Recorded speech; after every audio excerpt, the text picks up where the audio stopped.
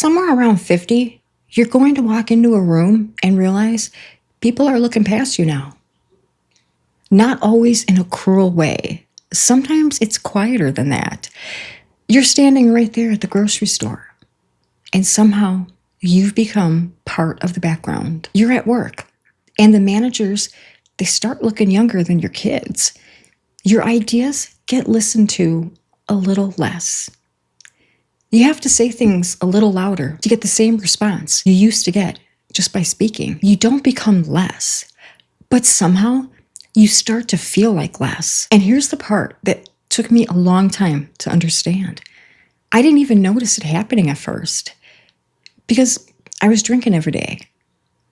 And when you're managing a buzz, you're not really thinking about your future. You're not thinking about what you're building. You're not thinking about where your life is headed. You're just getting through the day and then doing it again tomorrow. So the slow disappearing, I missed it. I was too foggy to see it clearly until I wasn't. 5 years ago, on an overnight shift in a grocery store bakery, I pressed record on an audiobook and everything changed. I quit drinking. And when the fog finally lifted, I could see what had been happening. I had stopped planning beginnings.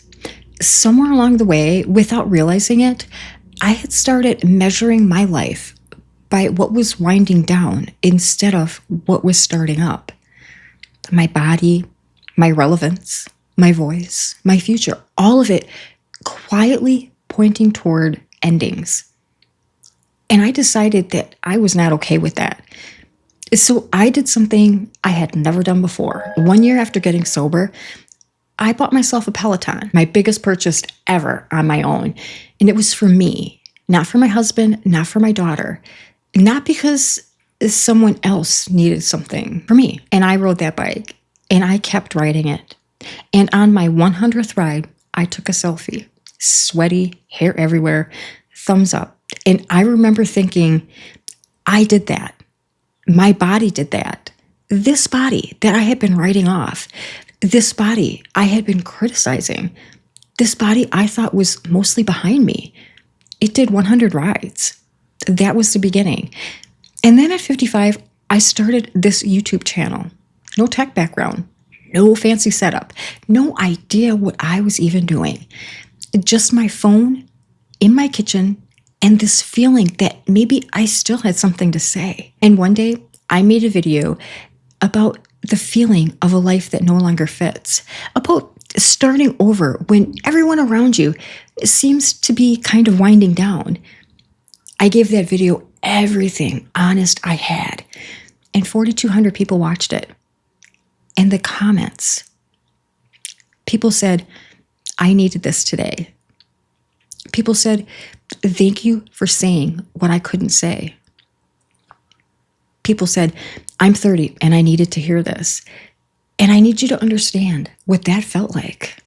4,200 people saw me, really saw me.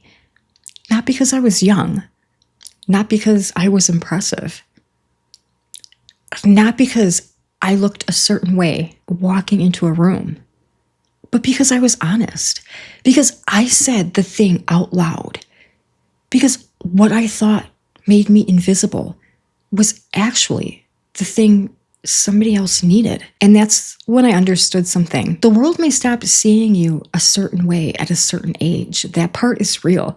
I'm not going to pretend that it isn't. There is a kind of attention that fades. There is a kind of visibility that goes away. And it can hurt more than we want to admit. But here's what I know now that I didn't know then. Being seen by the right people, people who actually need what you're carrying, is worth way more than 1,000 casual glances from strangers who never even knew your name anyway. They stopped seeing me at 50.